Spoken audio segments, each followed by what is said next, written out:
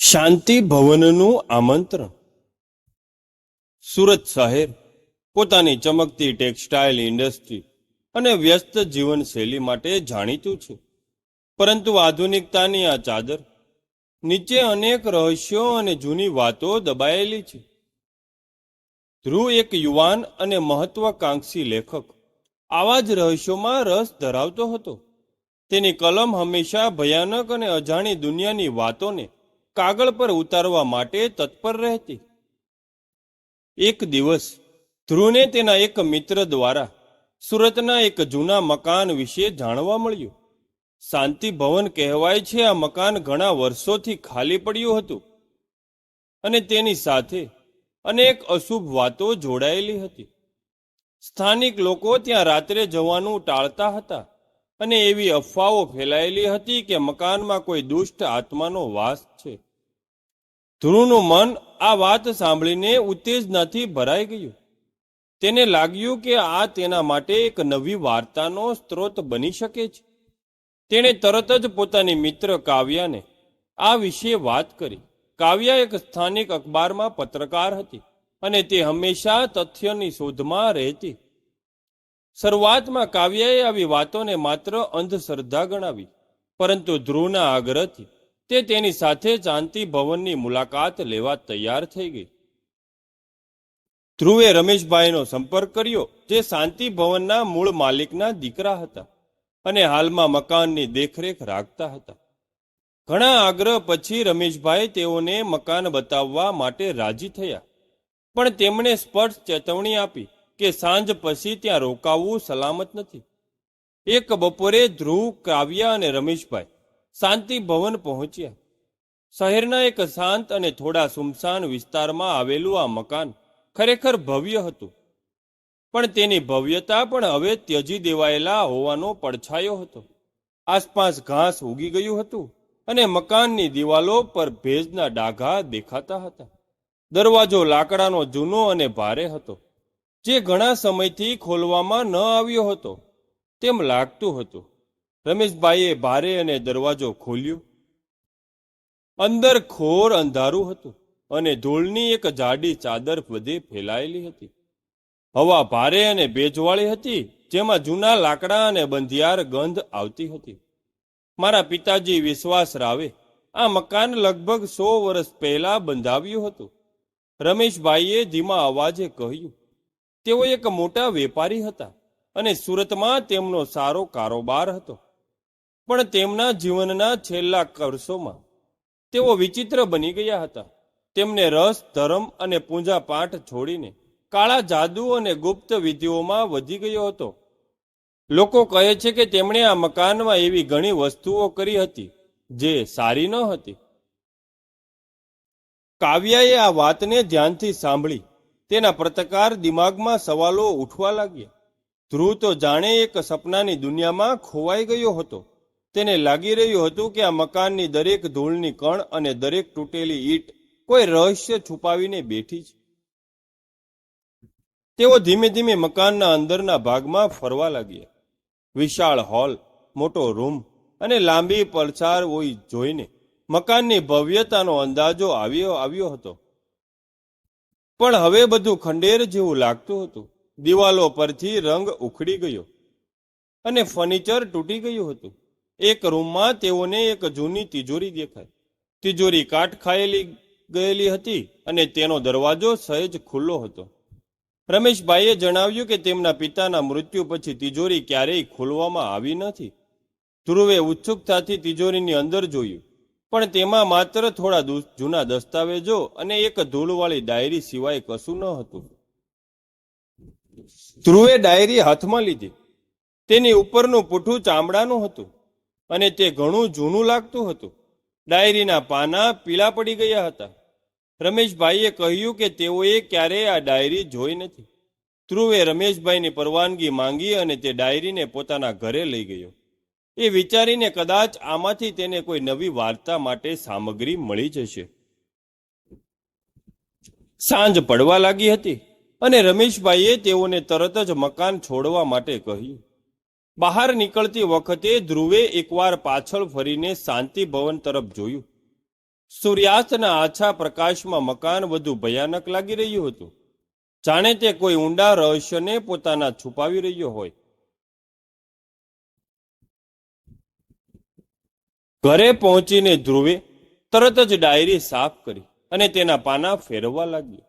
Diary વિશ્વાસ રાવ દ્વારા લખવામાં આવી હતી અને તેમાં તેમની રોજની નોંધો હતી. શરૂઆતના પાના તેમના વેપાર અને રોજિંદા જીવન વિશે હતા, પણ જેમ જેમ પાના આગળ વધતા ગયા તેમ તેમ લખાણમાં વિચિત્રતા આવતી ગઈ. વિશ્વાસ રાવે પોતાની નોંધમાં કાળા જાદુ, ગુપ્ત વિધિઓ અને અજાણી શક્તિઓ વિશે લખવાનું શરૂ કર્યું હતું. તેમણે અમુક વિચિત્ર મંત્રો અને પ્રયોગોનો પણ ઉલ્લેખ કર્યો હતો, જે તેમને અસાધારણ શક્તિઓ પ્રાપ્ત કરવામાં મદદ કરી શકે. ધ્રુવ આ બધું વાંચીને રોમાંચિત થઈ ગયો. તેને લાગ્યું કે આ ડાયરી એક અમૂલ્ય ખજાનો છે, જે તેની વાર્તાઓને નવી દિશા આપી શકે છે. એક પાના પર વિશ્વાસ રાવે તેની પત્ની મોહિની વિશે લખ્યું હતું. તેમણે મોહિનીને એક દયાળુ અને પ્રેમાળ સ્ત્રી તરીકે વર્ણવી હતી, પણ સાથે જ તેમણે એ પણ લખ્યું કે મોહિની તેના ગુપ્ત કાર્યો અને રસને પસંદ કરતી ન હતી અને ઘણીવાર તેનો વિરોધ કરતી હતી. ધીમે ધીમે ડાયરીના લખાણમાં એક વિચિત્ર પ્રકારનો ડર અને હતાશ જોવા મળતી હતી. વિશ્વાસ રાવે લખ્યું હતું કે તેના દ્વારા કરવામાં આવેલા અમુક પ્રયોગોના ભયાનક પરિણામો આવ્યા છે અને તેને એવું લાગી રહ્યું છે કે કોઈ દુષ્ટ શક્તિ તેનો પીછો કરી રહી છે. છેલ્લા કેટલાક પાના તો ઘણા અસ્પષ્ટ અને ગૂંચવાયેલા હતા, જેમાં માત્ર ડર અને અફસોસની વાતો લખેલી હતી. એક પાના પર માત્ર એક વાક્ય લખેલું હતું, તે મારી ભૂલ હતી, મેં તને જગાડી દીધી, અને પછી તે પાનું ફાટી ગયું હતું. ધ્રુવે આ બધું વાંચીને કાવ્યાને જણાવ્યું. કાવ્યાને ડાયરીની વાતોમાં રસ પડવા લાગ્યો. એક પત્રકાર હોવાના નાતે તેને લાગ્યું કે આ એક ગુમ થયેલી કહાણીનો ભાગ હોઈ શકે છે, જેમાં સત્ય છુપાયેલું છે. તેઓ બંને એક સાથે મળીને ડાયરીના રહસ્યોને ઉકેલવાનું નક્કી કર્યું. તેઓએ પારુલબેન સાથે મુલાકાત કરી, જે ધ્રુવના પાડોશી હતા અને સુરતના જૂના ઇતિહાસ વિશે ઘણી જાણકારી ધરાવતા હતા. પારુલબેને વિશ્વાસ રાવ અને તેમના પરિવાર વિશે ઘણી વાતો જણાવી. તેમણે કહ્યું કે વિશ્વાસ રાવ એક સમયે ખૂબ જ સન્માનિત વ્યક્તિ હતા, પણ તેમના જીવનમાં અંતિમ વર્ષોમાં તેઓ એકાંતમાં રહેતા હતા અને લોકો તેમની વિચિત્ર આદતો વિશે ગુપ્ત રીતે વાતો કરતા હતા.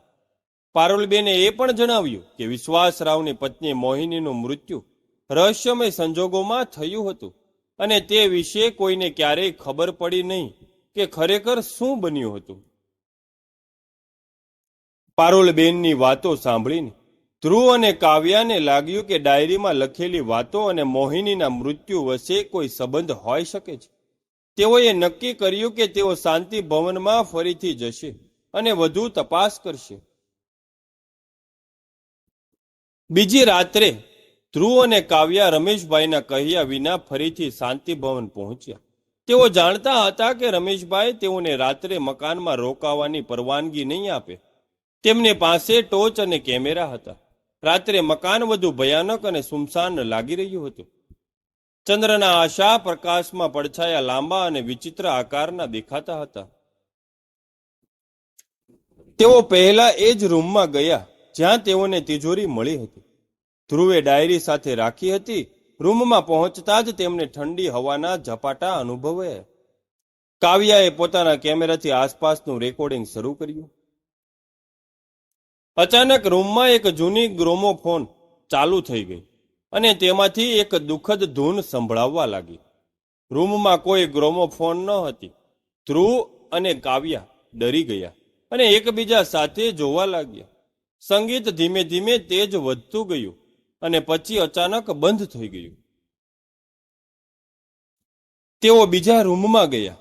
ત્યાં તેમને દિવાલ પર મોહિનીનું એક મોટું તેલી ચિત્ર દેખાયું. ચિત્રમાં મોહિનીના સુંદર અને શાંત દેખાતી હતી, પણ ધ્રુવને એવું લાગ્યું કે તેની આંખોમાં એક ઊંડી ઉદાસી છુપાયેલી છે. જેમ જેમ તેઓ ચિત્રને જોઈ રહ્યા હતા તેમ તેમ તેમને એવું લાગ્યું કે ચિત્રમાંની મોહિનીની આંખો તેમની તરફ જોઈ રહી છે. અચાનક ચિત્રની ઉપરનો કાચ તૂટી ગયો અને તેના ટુકડા નીચે પડ્યા. કાવ્યા સિંચ પાડી ઉઠી. ધ્રુવે તેને શાંત પાડી અને ટોચ ચાલુ કરી. આસપાસ જોયું, પણ ત્યાં કોઈ ન હતું. તેમને લાગ્યું કે આ મકાનમાં કોઈ અદૃશ્ય શક્તિ હાજર છે. તેઓ ઉપરના માળે ગયા. ત્યાં એક લાંબો કોરિડોર હતો, જેના દરવાજા બંધ હતા. જેમ જેમ તેઓ કોરિડોરમાં આગળ વધતા ગયા, તેમ તેમ તેમને કોઈના રડવાનો અવાજ સંભળાયો. અવાજ એકદમ ધીમો અને કરુણ હતો, જાણે કોઈ પીડાથી કણસી રહ્યું હોય. તેઓ અવાજની દિશામાં ગયા અને એક બંધ દરવાજા પાસે પહોંચી ગયા. દરવાજાની તિરાડમાંથી તેમને મંદ પ્રકાશ દેખાયો. ધ્રુવે ધીમેથી દરવાજો ખોલ્યો. રૂમમાં એક જૂનો પલંગ હતો અને તેની બાજુમાં એક નાનું ટેબલ હતું, જેના પર એક મીણબત્તી સળગી રહી હતી. રૂમમાં કોઈ ન હતું, પણ તેમને એવું લાગ્યું કે કોઈ હમણાં જ અહીંથી ગયું હોય. અચાનક મીણબત્તીની જ્યોત ધ્રુજવા લાગી અને પછી ઓલવાઈ ગઈ. રૂમમાં ઘોર અંધારું છવાઈ ગયું. તે જ ક્ષણે તેમને એક ઠંડો પંજો પોતાના ખંભા પર મહેસૂસ થયો. ધ્રુવ ડરીને પાછળ ફર્યા, પણ ત્યાં કોઈ ન હતું. તેને સ્પષ્ટ લાગ્યું કે કોઈ તેની પાછળ ઊભું છે, ભલે તે દેખાતું ન હોય. આપણે અહીંથી જવું જોઈએ ધ્રુવ, કાવ્યાએ ગભરાયેલા અવાજે કહ્યું. મને લાગે છે કે આપણે અહીં સલામત નથી. તેઓ ઝડપથી રૂમમાંથી બહાર નીકળ્યા અને નીચેના માળે દોડ્યા. પણ જ્યારે તેઓ હોલમાં પહોંચ્યા ત્યારે તેમને હોલના દરવાજા પાસે એક કાળો પડછાયો દેખાયો. પડછાયો ધીમે ધીમે મોટો થઈ રહ્યો હતો અને તેનો આકાર એક માનવ જેવો લાગતો હતો, પણ તેનામાં કોઈ સ્પષ્ટ લક્ષણો ન હતા. ધ્રુવ અને કાવ્યા ડરી ગયા. તેઓ પાછળ હટવા લાગ્યા. પડછાયો ધીમે ધીમે તેમની તરફ આગળ વધવા લાગ્યો. અચાનક ધ્રુવને ડાયરીમાં લખેલો એક મંત્ર યાદ આવ્યો, જે વિશ્વાસ રાવે દુષ્ટ શક્તિઓને દૂર કરવા માટે લખ્યો હતો. તેણે ડરતા ડરતા તે મંત્રનું મોટેથી ઉચ્ચારણ કર્યું. જેમ જેમ ધ્રુવ મંત્ર બોલતો ગયો, તેમ તેમ કાળો પડછાયો ધ્રુજવા લાગ્યો અને ધીમે ધીમે ઓગળવા લાગ્યો અને અંતે તે સંપૂર્ણપણે અદૃશ્ય થઈ ગયો. ધ્રુવ અને કાવ્યા હાંફતા હાંફતા મુખ્ય દરવાજા તરફ દોડ્યા અને મકાનની બહાર નીકળી ગયા. તેઓએ પાછળ ફરીને જોવાની હિંમત પણ ન કરી અને સીધા ધ્રુવના ઘરે પહોંચી ગયા. તે રાત્રે ધ્રુવ અને કાવ્યા ઊંઘી શક્યા નહીં. શાંતિ ભવનમાં થયેલા ભયાનક અનુભવો તેમના મગજમાં વારંવાર આવતા હતા. ધ્રુવે ડાયરી ફરીથી વાંચી અને તેને એવું લાગ્યું કે મોહિનીના મૃત્યુ અને મકાનમાં હાજર દુષ્ટ શક્તિ વચ્ચે કોઈ ઊંડો સંબંધ છે. એક પાના પર વિશ્વાસ રાવે તાપી નદીના કિનારે આવેલા એક જૂના સ્મશાન વિશે લખ્યું હતું. તેમણે ઉલ્લેખ કર્યો હતો કે તે જગ્યા અમુક ગુપ્ત વિધિઓ માટે ઉપયોગમાં લેવાતી હતી. ધ્રુવને લાગ્યું કે મોહિનીના મૃત્યુનું રહસ્ય કદાચ ત્યાં છુપાયેલું હોઈ શકે છે. બીજા દિવસે સવારે ધ્રુવ અને કાવ્યા તાપી નદીના કિનારે આવેલા તે જૂના સ્મશાન તરફ ગયા. સ્મશાન શહેરની બહાર એક સુમસાન જગ્યાએ આવેલું હતું. ત્યાં જૂની અને તૂટેલી કબરો હતી અને વાતાવરણમાં એક વિચિત્ર શાંતિ અને ભારેપણું હતું. તેઓ આસપાસ ફરવા લાગ્યા અને એક જૂની તૂટેલી કબર પાસે પહોંચ્યા. કબર પર એક નામ લખેલું હતું, મોહિની. પ્રેમદા પત્ની વિશ્વાસ રાવ અકાળે મૃત્યુ પામી. કબરની હાલત જોઈને લાગતું હતું કે ઘણા વર્ષોથી તેની કોઈ દેખરેખ રાખવામાં આવી નથી. ધ્રુવ અને કાવ્યાને લાગ્યું કે તેઓ સાચા રસ્તે છે. તેઓએ કબરની આસપાસ વધુ તપાસ કરવાનું શરૂ કર્યું. કબરની પાછળ તેમને એક જૂનું કાટ ખાધેલું લોખંડનું બોક્સ દેખાયું. ધ્રુવે અને કાવ્યાએ ભારે પ્રયત્નોથી બોક્સ ખોલ્યું. તેની અંદરથી તેમને મોહિનીની કેટલીક જૂની વસ્તુઓ મળી, જેમાં એક નાની ડાયરી પણ હતી.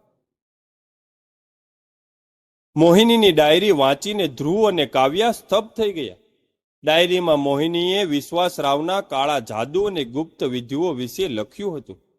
તેણીએ જણાવ્યું હતું કે વિશ્વાસરાવ અંધશ્રદ્ધામાં ખરાબ રીતે ફસાઈ ગયો હતો અને તે એવી શક્તિઓને જગાડવાનો પ્રયત્ન કરી રહ્યો હતો જે ખતરનાક હતી. મોહિનીએ ઘણીવાર તેનો વિરોધ કર્યો હતો, પણ વિશ્વાસરાવે તેની વાત સાંભળવા તૈયાર ન હતા. એક પાના પર મોહિનીએ લખ્યું હતું કે વિશ્વાસરાવ એક રાત્રે એક ખતરનાક વિધિ કરવાના હતા, જેમાં મનુષ્ય બલિદાનનું જરૂરી હતું. મોહિની આ વાત જાણીને ખૂબ જ ડરી ગઈ હતી અને તેણે વિશ્વાસરાવને રોકવાનો પ્રયત્ન કર્યો હતો. તે પછી ડાયરીમાં માત્ર થોડા અસ્પષ્ટ શબ્દો લખેલા હતા, જે દર્શાવતા હતા કે તે રાત્રે કંઈક ભયાનક બન્યું હતું.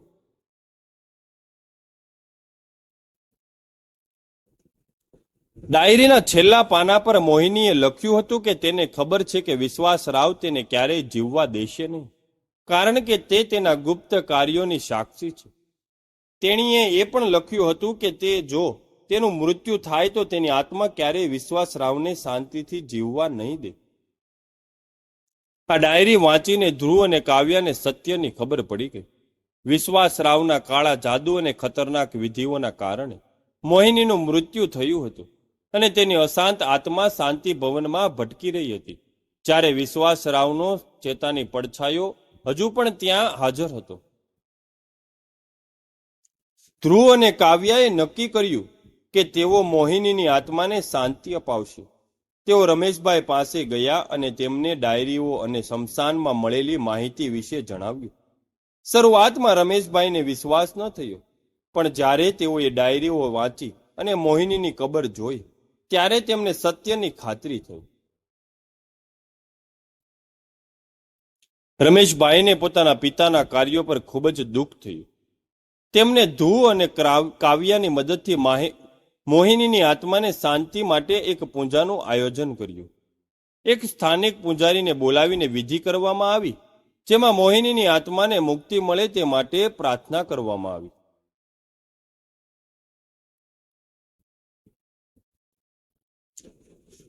પૂજા પછી શાંતિ ભવનનું વાતાવરણ બદલાઈ ગયું. ભય અને અશાંતિનો અનુભવ ઓછો થવા લાગ્યો. ધ્રુવ અને કાવ્યાને લાગ્યું કે મોહિનીની આત્માને હવે શાંતિ મળી ગઈ છે. રમેશભાઈએ નક્કી કર્યું કે તેઓ હવે શાંતિ ભવનને વેચી દેશે અને પોતાના પિતાના ભૂતકાળના પાપોથી મુક્ત થઈને એક નવું જીવન શરૂ કરશે. ધ્રુવે આ ઘટનાઓ પર આધારિત એક રહસ્યમય અને ભયાનક વાર્તા લખી, જે ખૂબ જ પ્રખ્યાત થઈ. કાવ્યાએ પણ પોતાના અખબારમાં આ વિશે એક લેખ લખ્યો, જેનાથી લોકો શાંતિ ભવનના સાચા ઇતિહાસને વાકેફ થયા. સુરત શહેરમાં આ વાર્તા ઘણા સમય સુધી ચર્ચાનો વિષય બની રહી. લોકો હવે શાંતિ ભવનને ડરની નજરથી જોવાને બદલે એક દુઃખદ પ્રેમ કહાની અને એક ભૂતકાળના પાપની સાક્ષી તરીકે જોતા હતા.